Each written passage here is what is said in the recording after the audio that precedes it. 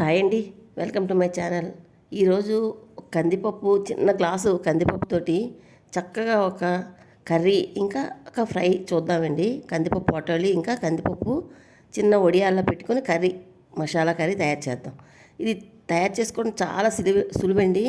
ఇంకా మన దగ్గర ఏ కాయగూరలు లేనప్పుడు చక్కగా అప్పటికప్పుడు తయారు చేసుకున్న ఒక హెల్దీ రెసిపీస్ అండి. చూడండి, దీనికోసం కందిపప్పు, చిన్న గ్లాస్తో కందిపప్పు ఒక 2 గంటల ముందు నానబెట్టుకోవాలండి. నానబెట్టుకొని నీరంతా తీసేసి ఒక 2-3 ఎండుమిరపకాయలు, కొంచెం ధనియాలు, అలాగే జీలకర్ర, ఒక 6-7 మిరప గింజలు వేసుకొని చక్కగా రుచికి సరిపడినంత ఉప్పు వేసి, అంటే ఈ ముద్దకి సరిపడినంత ఉప్పు వేసుకొని మిక్సీ పట్టేసుకోవాలండి. కొంచెం బరగ్గానే ఉంటుంది. దీని అంతా బాగా కలుపుకున్న తర్వాత ప్లేట్కి ఆయిల్ రాసుకోవాలండి. ఆయిల్ రాసుకొని చక్కగా మనం చిన్న చిన్న వడియాల్లాగా పెట్టుకోవాలి.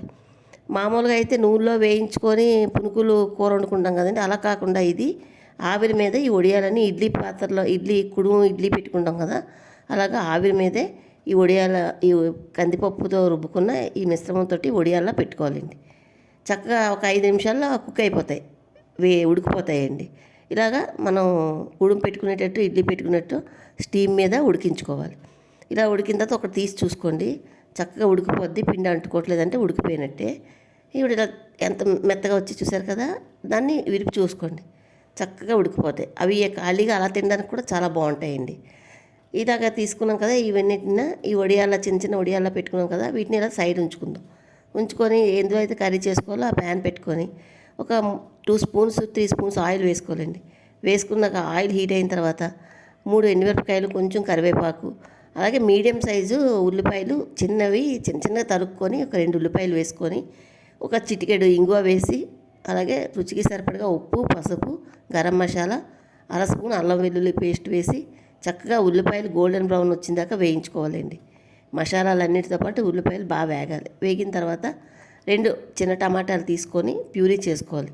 మిక్సీలో వేసుకొని ప్యూరీ చేసుకుంటే ఆ ప్యూరీ కూడా ఈ మసాలా అంతా బాగా వేగిపోయిన తర్వాత అందులో వేసుకొని కొంచెం మీరు తినగలిగినంత కారం చూసుకొని వేసుకోండి.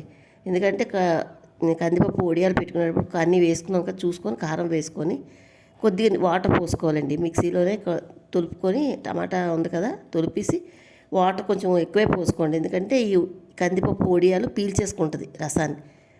ఇలాగ కొంచెం వాటర్ ఎక్కువ పోసుకొని ఒక మూత పెట్టుకొని ఒక 15 నిమిషాలు కుక్ చేసుకుంటే ఇలా ఆయిల్ బయటికి రిలీజ్ అయిపోయిందంటే చక్కగా ఉడికిపోయినట్టేనండి. చూసుకోండి, కాకపోతే ఆ వడియం తీసి ఇలా నొక్కి చూసుకోండి, చక్కగా ఉడికిపోతే మీకు కూర రెడీ అయిపోయినట్టే. కొత్తిమీర కొంచెం జల్లుకొని పక్కన పెట్టేసుకుంటే వేడివేడిగా సర్వ్ చేసుకోవచ్చు. ఈలోగా మనం ఇదే కందిపప్పు ముద్దతోటి పొటలి చేద్దాం. ఇలా కూర రెడీ చేసుకొని పక్కన ఉంచుకుందాం. ఇది రైస్, చపాతీ అన్నిటిలోకి బాగుంటుందండి. ఇప్పుడు ప్యాన్ తీసుకున్నాం కదా, వేరే ప్యాన్ పెట్టుకొని ప్యాన్లోని 2 స్పూన్లు ఆయిల్ వేసుకొని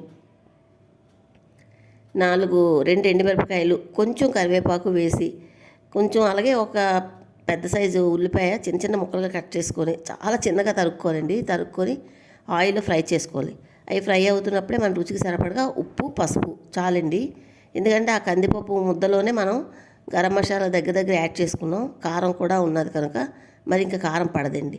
అలా ఉల్లిపాయలు గోల్డెన్ బ్రౌన్లోకి వేగిపోయిన తర్వాత ఈ కందిపప్పు మిక్సీ పట్టుకున్నాం కదండి, కందిపప్పు, ధనియాలు, జీలకర్ర అన్నీ వేసి అది ఈ ముద్ద ఇందులో వేసేసి చక్కగా ఈ ఉల్లిపాయ ముక్కలన్నీ ముద్ద 2 కలిసిపోయి అలాగా మధ్యలో కలుపుకుంటూ ఒక 10 నిమిషాలు వేయించుకుంటేనండి పొటలి రెడీ అయిపోద్దండి.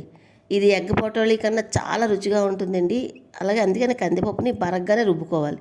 చూసారు కదా, అలా సెపరేట్ అయిపోయిన తర్వాత మనం ప్లేట్లోకి వేరే ప్లేట్లోకి డిష్ అవుట్ చేసుకొని వేడివేడిగా సర్వ్ చేసుకోండి.